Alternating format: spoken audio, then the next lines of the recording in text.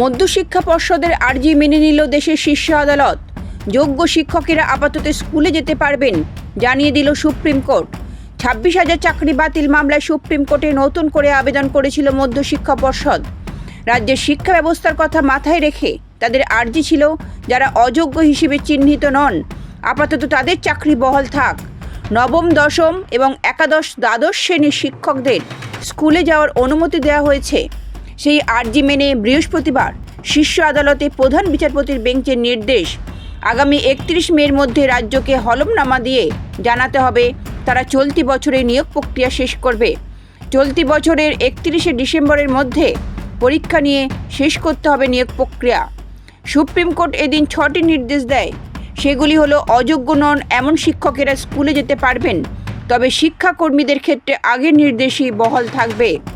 31 মের মধ্যে নতুন নিয়োগের বিজ্ঞপ্তি জারি করবে রাজ্য সরকার এবং এসএসসি, এবং ওই তারিখেই আদালতকে হলফনামা দিয়ে এই বিজ্ঞপ্তির কথা জানাতে হবে। 31শে ডিসেম্বরের মধ্যে নিয়োগ প্রক্রিয়া শেষ করতে হবে। সর্বোপরি আদালতের বেঁধে দেওয়া এই সময়ের মধ্যে এই নির্দেশ কার্যকর না হলে নির্দেশ তুলে নেবে আদালত। গ্রুপ সি এবং গ্রুপ ডি এর কেউ স্কুলে যেতে পারবেন না, কারণ West Bengal board of secondary education তারা একটি অ্যাপ্লিকেশন করেছিল, যেহেতু এই সেশন পর্যন্ত যাতে এই যাদের চাকরি বাতিল হয়েছে তাদের কন্টিনিউ করতে দেয়। কিন্তু মহামান্য প্রধান বিচারপতি বেঞ্চ জানিয়েছে যে শুধুমাত্র শিক্ষকরা, অর্থাৎ নবম, দশম এবং একাদশ, দ্বাদশের এখনও পর্যন্ত যারা চিহ্নিত হয়নি টেন্টেড হিসাবে, সেই সমস্ত শিক্ষকরা যেতে পারবেন। কিন্তু এসএসসিকে দিয়ে আন্ডারটেকিং করিয়েছেন যে তারা 31 মের মধ্যে অ্যাডভার্টাইজমেন্ট দেবেন এবং 31 ডিসেম্বরের মধ্যে এই পুরো প্রসেসটি, অর্থাৎ নিয়োগ প্রক্রিয়া, ফ্রেশ সিলেকশন, সেটা কমপ্লিট করে ফেলবেন।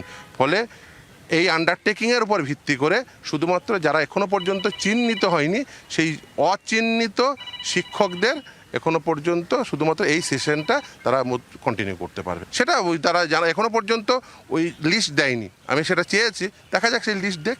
দুটো নিয়োগ প্রক্রিয়া ছিল, নবম, দশম এবং একাদশ, দ্বাদশ, দুটো আলাদা আলাদা নিয়োগ প্রক্রিয়া, দুটো আলাদা রুল ছিল। ফলে দুটো নিয়োগ প্রক্রিয়া থেকে যে সমস্ত শিক্ষকরা যারা এখনও পর্যন্ত অচিহ্নিত টেন্টেড, তারা শুধুমাত্র এই সেশনটা কন্টিনিউ করতে পারবে।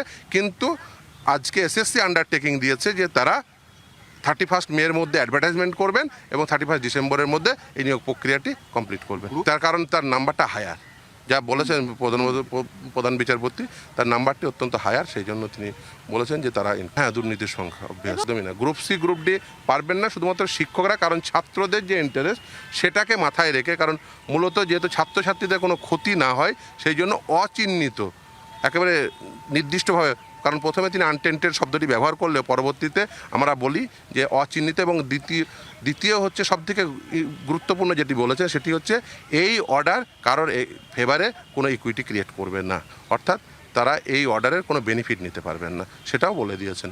ব্যুরো রিপোর্ট, লটারি সংবাদ।